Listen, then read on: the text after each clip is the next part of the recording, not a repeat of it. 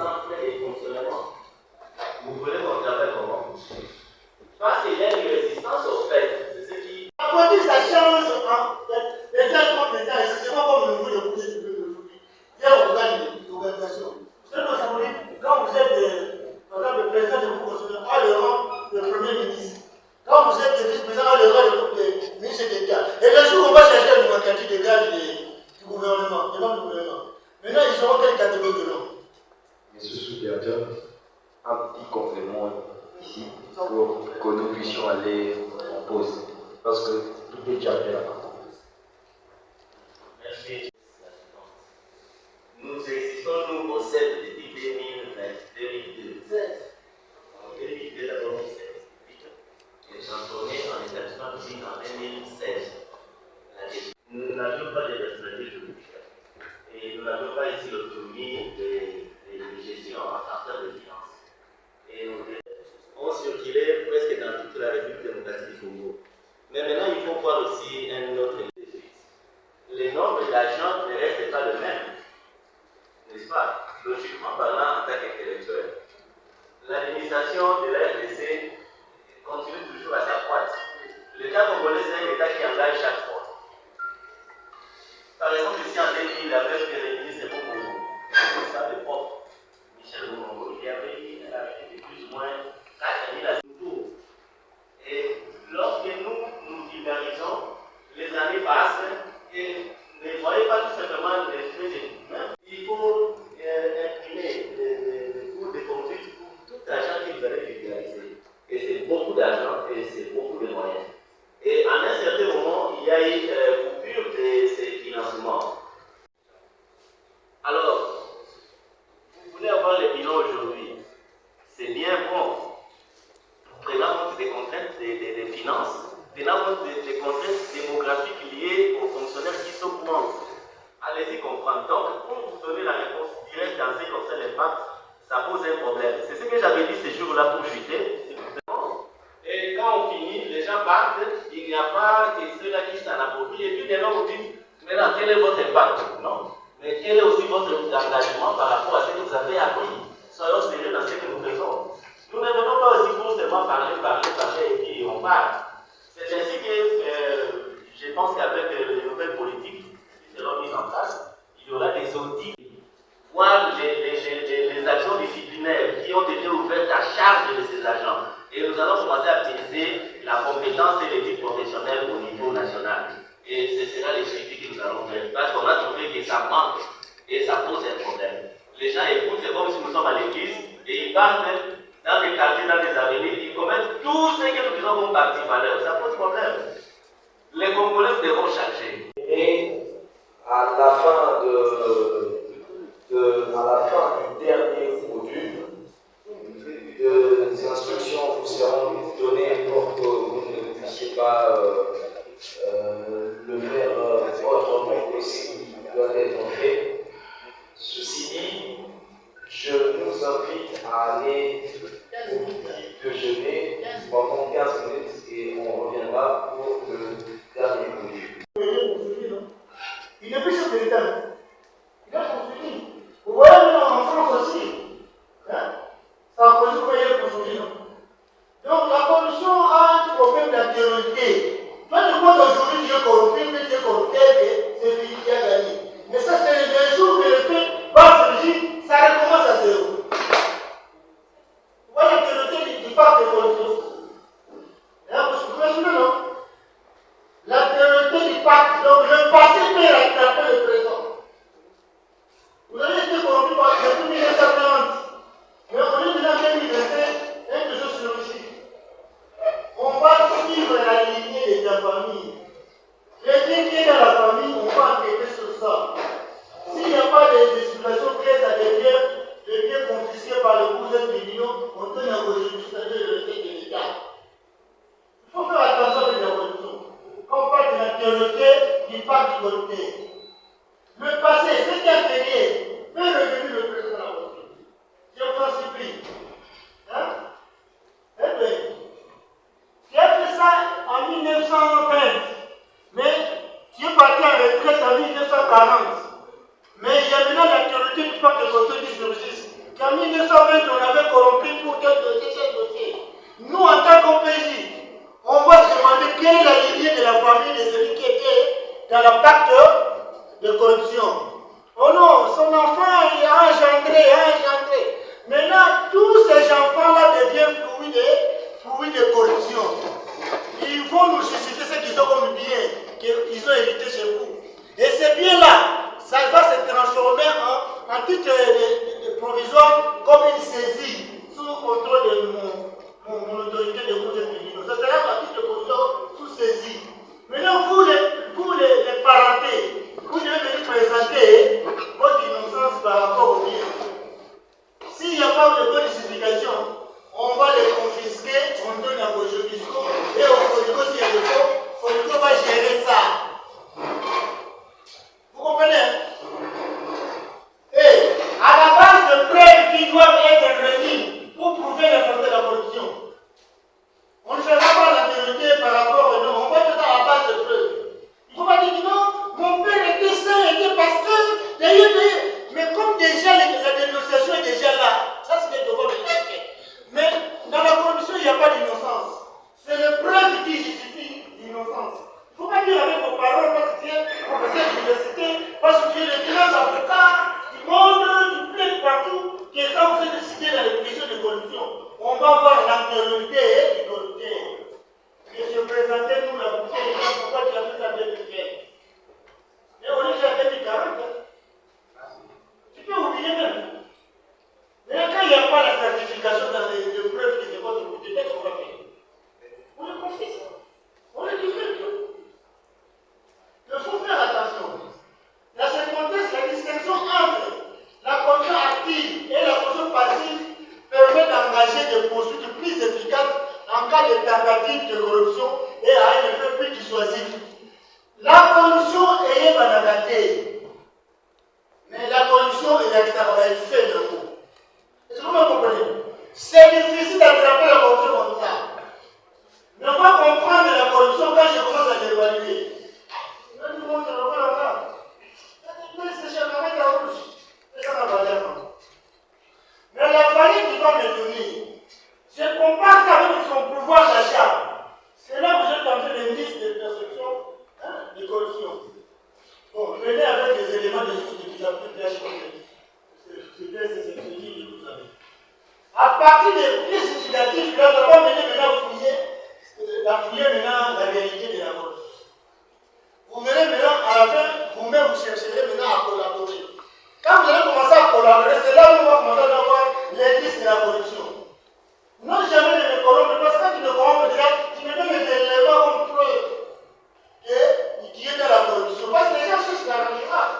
Oh non, tel agent, moi, on va comprendre les cartes. Mais nous, dans la convention des OPJ, quand tu me donnes ça, parce que la personne qui donne, c'est la personne qui acquise. Il faut retenir la corruption. Celui qui corrompt, c'est celui qui acquise souvent. On a les policiers, on se fait la travail. On a dit l'agent de transport, c'est la personne qui travaille. La personne qui corrompt, c'est la personne qui acquise. C'est rare que les gens de la même million, de la même au-dessus. On peut passer à notre contexte. Disons à l'autre voie, la loi même, comme il n'y a pas du temps, je dois te balancer ça, il va vous donner la loi. Quand on parle de la 05 modifiée complète, nous avons plus ou moins 8 articles. Et l'article 147, article 150. Parce qu'il y a que 3 pages qui s'appellent. Je ne sais pas si c'est moi là, il y en a. Je vais vous faire circuler ça. Parce qu'on dit qu'on peut se lire ça, ça va vous prendre du temps. On a des articles 149 terres. Vous en aurez article 149 quinqui, et puis article 150 et 150 F et 150 et du port. Donc vous aurez ça à quoi c'est moi. Monsieur Jacques, première infraction de la corruption passive et active. J'ai voulu commencer avec les exemples de l'État. Il faut respecter la nuance. Il faut combien de nuances que je traite entre actif et passif. Est-ce que vous maîtrisez ça la nuance là? Vous, ma chance, moi je ne suis pas tel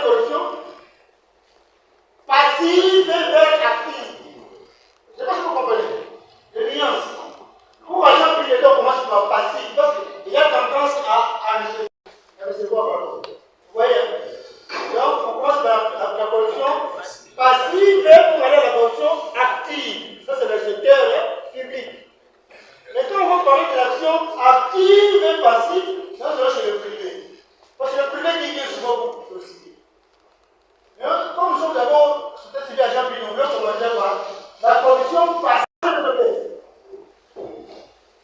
Monsieur Foucault, vous êtes dans le plat du fond. Vous prenez la loi ici, vous m'avez dit que vous êtes dans le plat du fond pour que les gens travaillent. On peut avancer. Bon, attention, rentrez là-bas, rentrez. Qui a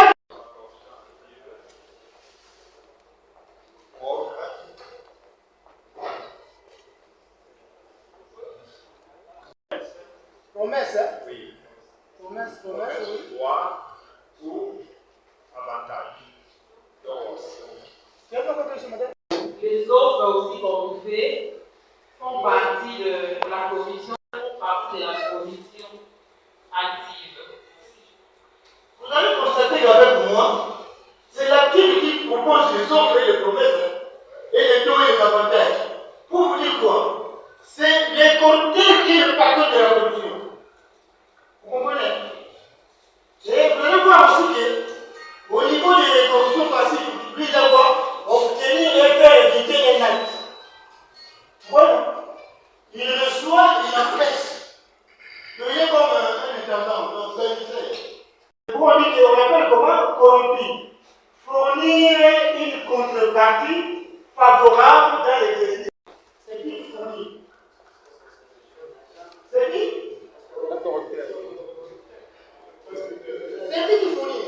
Lisez bien. C'est le corrompu agent public de l'État. C'est lui qui, pour avoir un passeport, d'abord que vous connaissez les situations, journaliste de l'heure. Mais quand vous sortez 150 $ pour avoir le passeport, qui est le corrompu, qui est le corrompu? Alors, échangez le nom. Quand vous voulez acheter un passeport, on a dit que c'est 99 $. Mais vous donnez 150 $ pour avoir le passeport. L'autre là vous a demandé c'est qui? L'agent. L'agent a demandé, il est qui maintenant? Allez, son travail c'est quoi?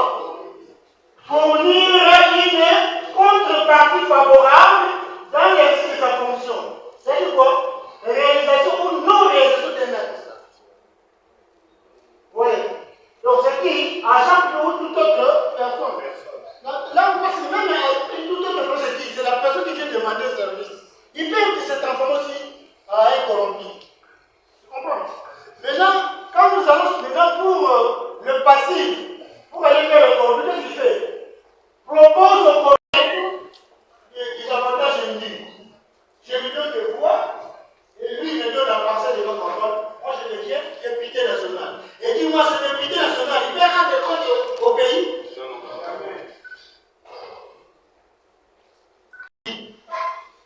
Ils sont en train d'analyser le corrompu. Qui est le corrompu de la vie? Je vais partir à ces institutions, y compris celles qui ont été sélectionnées. Quand on vous envoie ça, il n'y a pas beaucoup, il y a plus que ça. Si ça vous est article, c'est pas pour la corruption. Maintenant, deuxième élément matériel. Pour qualifier, pour constater l'élément matériel, il faut avoir 3 sous-axes. Ça va? Il faut 3 sous-axes. Pour savoir, tu vas dire d'abord quoi? La nature de l'acte. Quelle est la nature de l'acte? Après ça, il y a l'embarque, après ça, il y a l'ifouta, après ça, il y a Mogo, Bijou, Mouka, la qualité. Laquelle n'a pas été dirigée en détention préventive. Surtout quand vous invitez le vendredi chez lui.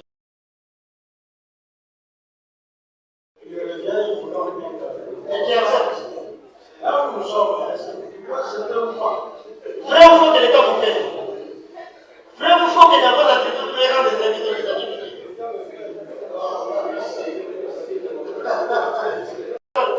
Vous l'avez dit, ça c'est la pratique. Vous pouvez chercher à faire la corruption pour que vous ayez la tête morale avec vous. Et ce tête morale qui va être poussée dans votre activité de transport à cause de votre cadeau. Quand vous dites une autorité, je vous donne conseil, évitez les cadeaux, vous corrompez l'autorité de gestion.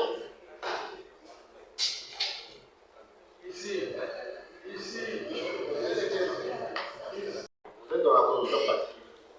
Et le fait de promettre, vous êtes dans la corruption active. Maintenant, est-ce que le cadeau est interdit? Sociologiquement, non. Non.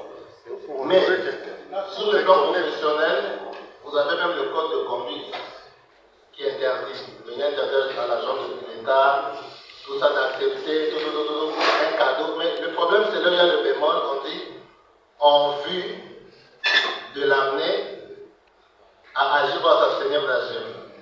Maintenant, le problème se trouve à quel niveau? Est-ce que lorsque un agent vient vous présenter un cadeau, il vous dit j'ai envie de me mettre dans une liste d'ordre pour un voyage? Est-ce qu'il vous dit ça? Est-ce que quand vous donnez de l'argent, on est quand les hommes draguent les femmes, est-ce qu'il dit à la femme dans l'autre son beau pour l'envoyer? Non. Non. Est-ce que quand vous donnez une femme intelligente, vous donnez l'argent, est-ce qu'on lui dit pourquoi on le donne? Donc le cadeau, sur le plan maintenant professionnel, il faut toujours s'interroger. Est-ce que ce monsieur qui me présente le cadeau, il me le présente dans quel contexte? Maintenant, si vous voulez vous limiter aux dispositions pénales, on peut même consacrer la corruption, on va dire que ce n'est pas la corruption de cadeau.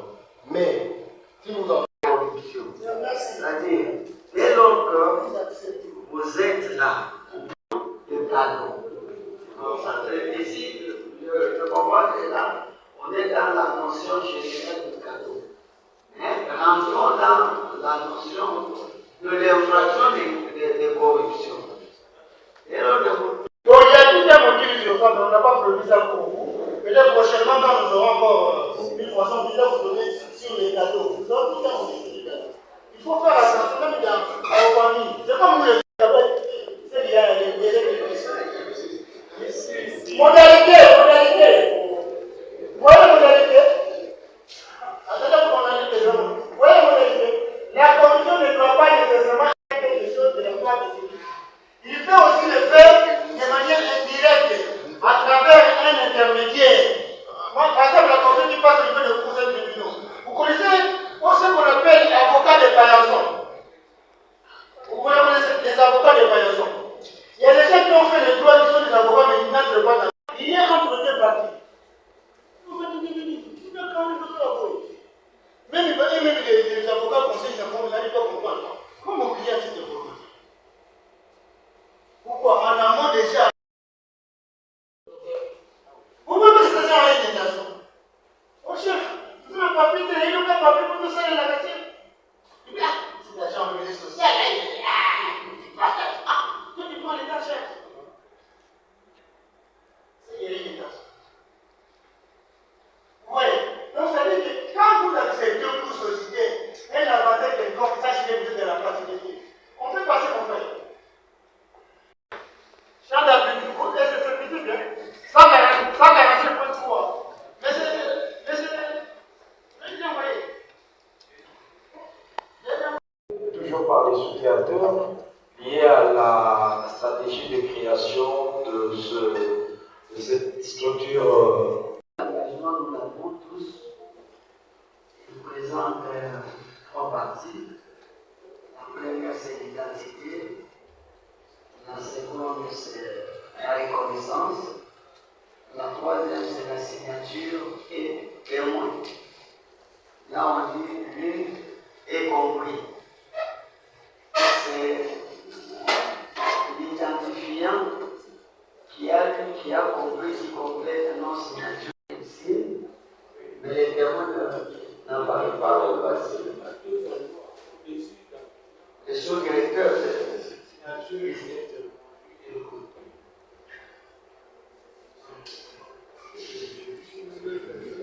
Les témoins identifiants, c'est la révélation.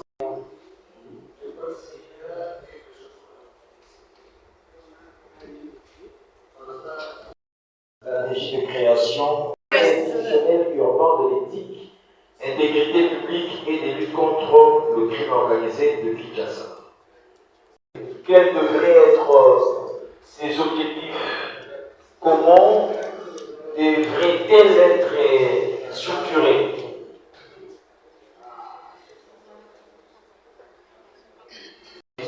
Urbain, de lutte contre la corruption, de l'éthique, de l'intégrité et tout. Merci beaucoup. À mon avis, ce premier doit être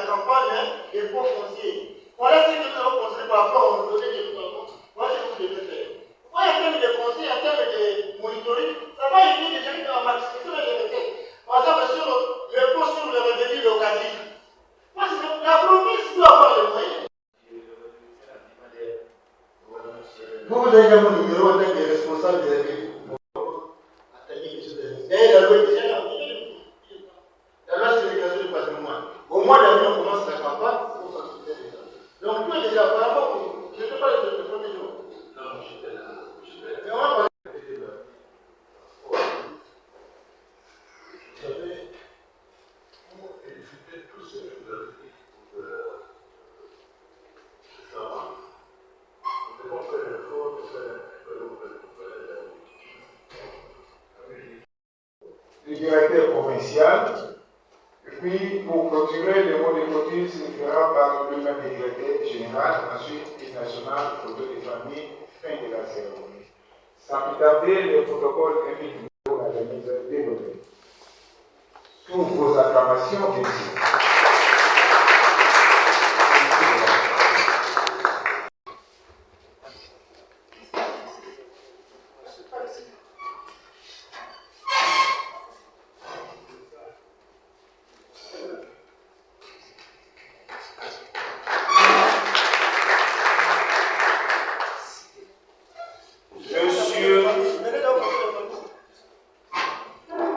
Monsieur Badiatansi Amobai.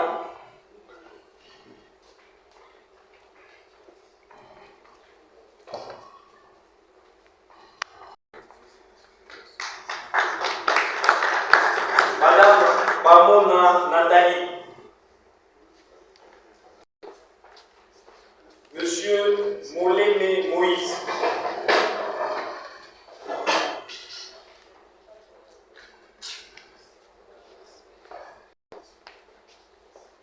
Madame Ibala Olo Merveille.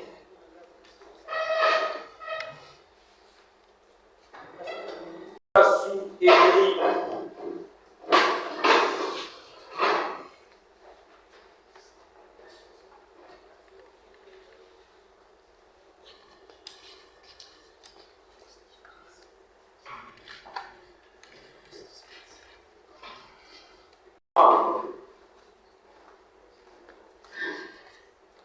Monsieur Yambake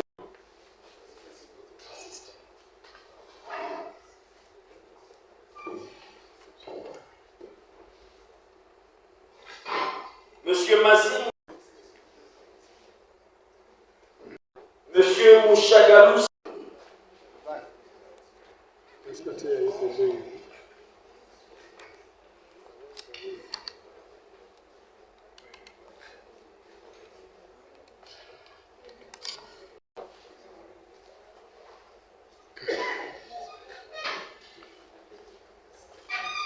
Madame Mampouni Lucie,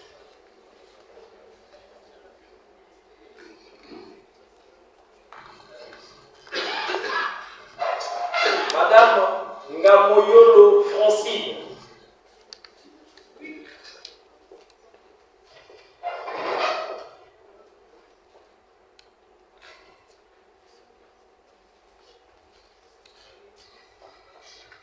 Leka Sampissam,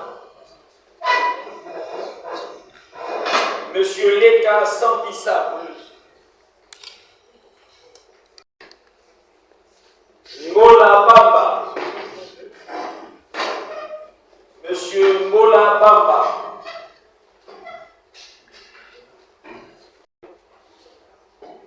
Monsieur Mouya Chimanga,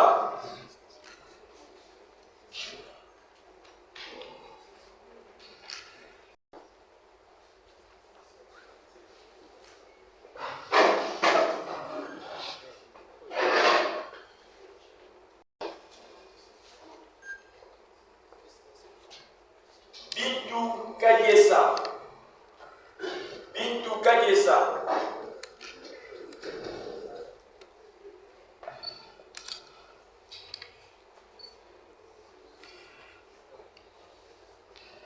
Sabu Bamanda,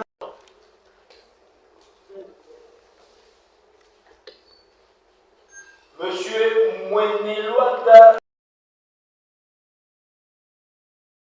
C'était le cas de remise des brevets par le directeur général, était accompagné par Monsieur le DG,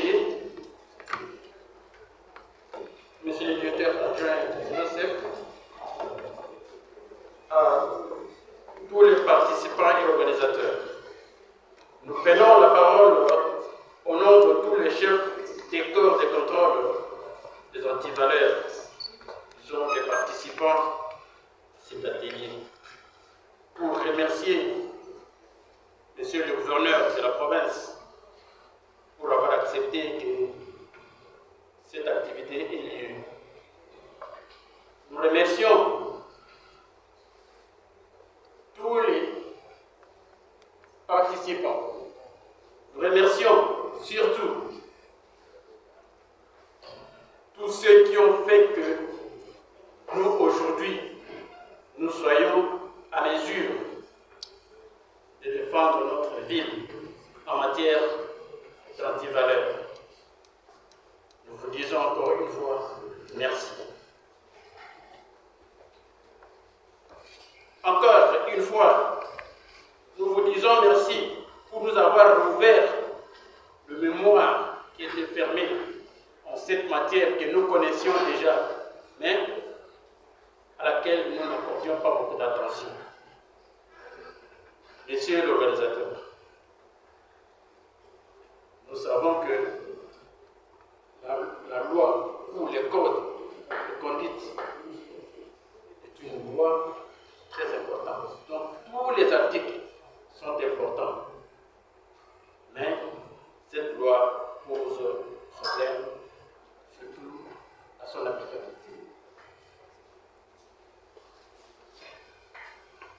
Nous demandons à la COSEP, qui a déjà la loi sur le suivi, de bien vouloir aller encore davantage vers les décideurs, puisque c'est là où les choses deviennent difficiles. Un politicien n'avait-il pas dit que le poisson pourrit d'abord par la tête? C'est là où nous avons beaucoup de problèmes. Nous, ici, les chefs de corps, nous sommes que des simples exécutants. Nous allons nous exécuter. Mais si la loi connaît des problèmes, c'est parce que nous, les exécutants, nous sommes mal utilisés. C'est mon expression. Ainsi, nous vous proposons pour la deuxième fois, et avec insistance, s'il vous plaît, de reprendre votre formation vers les autorités de la ville pour qu'ils puissent nous utiliser d'une manière propre. Nous en souffrons.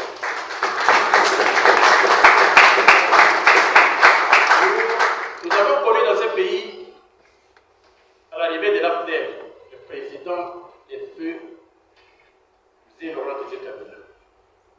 Il a nommé son équipe de ministres qui avait fait 2 semaines de formation. 2 semaines. Pour que ceux-ci apprennent à bien gérer les pays. Et il l'avait fait. Pendant ce petit temps qu'il avait fait, il n'avait pas emprunté l'argent extérieur. Et notre monnaie avait une valeur considérable partout. C'est pourquoi je vous dis, au nom de mes frères et sœurs participants, encore une fois, retourner vers les décideurs et après leur le code de conduite de l'agent de l'État. Je vous remercie. Monsieur le directeur général, monsieur le directeur, messieurs les inspecteurs, mesdames et messieurs chefs de division, mesdames et messieurs de la société civile, pour moi, un honneur aujourd'hui d'être ensemble avec vous pour parler des questions de valeurs éthiques, intégrité publique et lutte contre les crimes organisés. Pour je suis venu aujourd'hui au nom de notre direction provinciale de l'Observatoire des services de la fonction de l'équipe professionnelle pour qu'on puisse réfléchir sur les différentes lois liées à la question qu'on vient discuter pendant ces 3 jours. J'ai vu votre soif, j'ai entendu vos réactions, j'ai j'ai compris votre souci. Sur ce, je présente ça auprès de notre autorité hiérarchique pour qu'on puisse voir comment approfondir cette question. Deuxièmement, je sollicite l'appui de notre directeur général des fonds de lutte contre les crimes organisés pour nous accompagner en fait de réaliser tout ce que vous venez de donner comme recommandation, comme réaction. Pour les autorités, je suis en contact avec le chef des institutions, le deux chefs des institutions provinciales, le président de l'Assemblée et le gouvernement de province de la ville de Kinshasa. Ils m'ont dit qu'ils sont prêts à nous soutenir pour lutter contre les antivaleurs dans le milieu socio-professionnel de la ville provinciale de Kinshasa. Sur ce, pour nous, ça devient un combat qu'on doit lutter ensemble avec tous les chefs de corps de l'administration urbaine pour faire face aux questions de la bonne gouvernance qui nous demandent la redevabilité, la transparence, l'équité, enfin, de bâtir une ville pétrie de valeurs. Monsieur le directeur général, messieurs les inspecteurs de l'élite provinciale, mesdames et messieurs les chefs de division, chefs de corps de l'institution urbaine, mesdames et messieurs de la société civile à votre titre qualité du protocole observé, permettez-moi de vous dire aujourd'hui, nous avons une mission Kinshasa et Zobonga. Pour le Kinshasa et Zobonga, que ce soit dans la vision de notre vie de Kinshasa, nous devons mettre l'homme au centre de tout.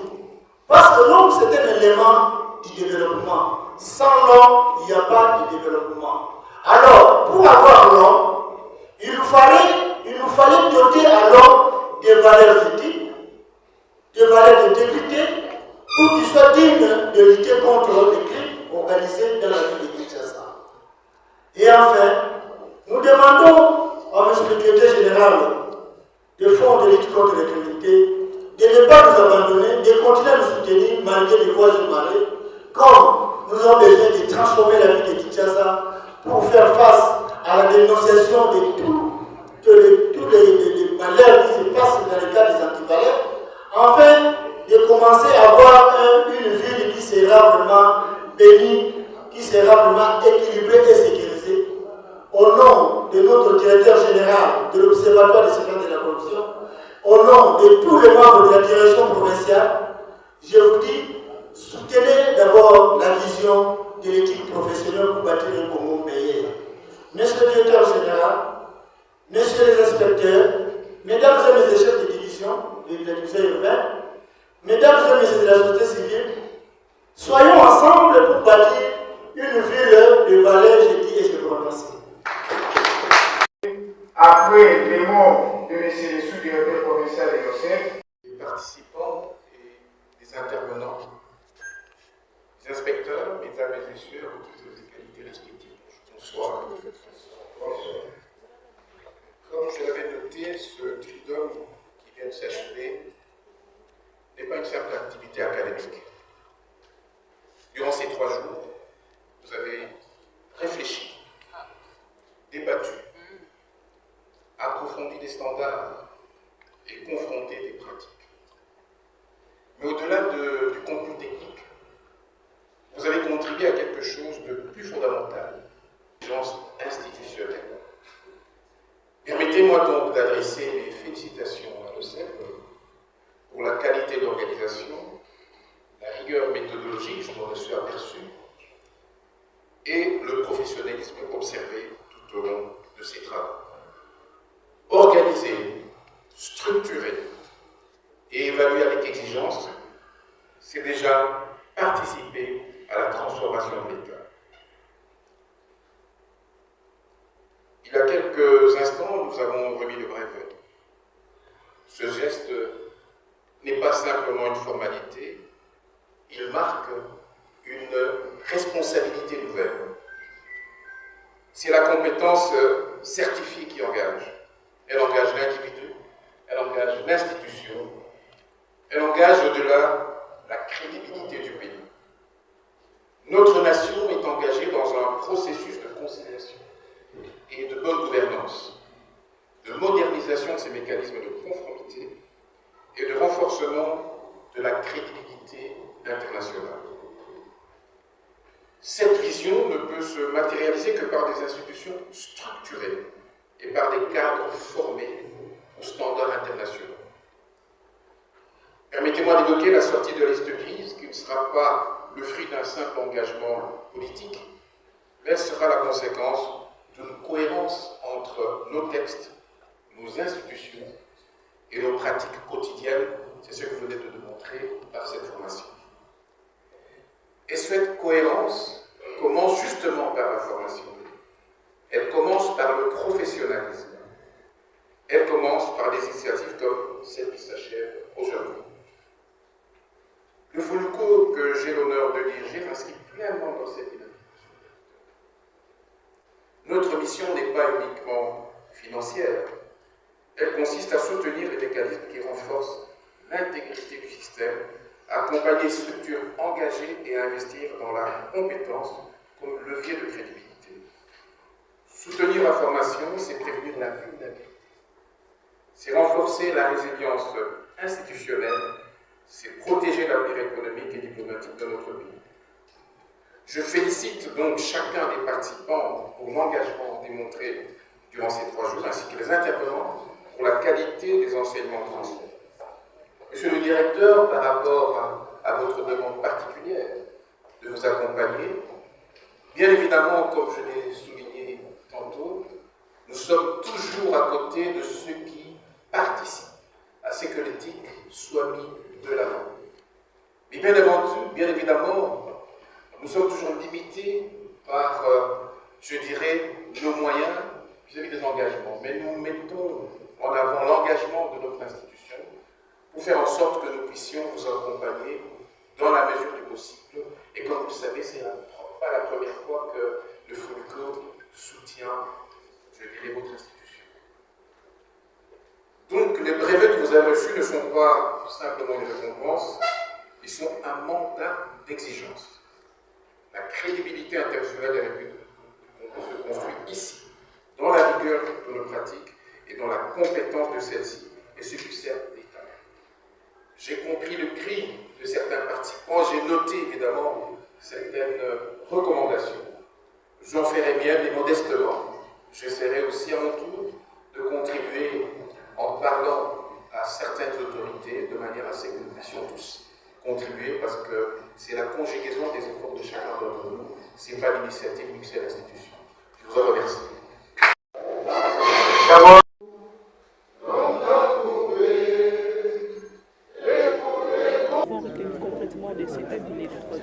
Nous devons d'abord retenir la volonté de l'OCEP, des organisateurs, qui ont considéré que l'éthique devait être au centre, je dirais, des réflexions de tous les acteurs politiques, des agents de l'État, qui doivent porter cette éthique très haut et qui est un fondement pour justement la bonne gouvernance des antivaleurs.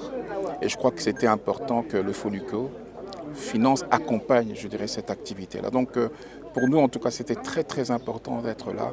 Et je tiens ici à féliciter l'OCEP et particulièrement son directeur pour cette initiative qui marque véritablement, je crois, le pas pour les autres événements. Qu'est-ce que vous comptez faire à part cette activité qui vient de s'organiser aujourd'hui? Parce que le Congo finit parmi les pays les plus corrompus.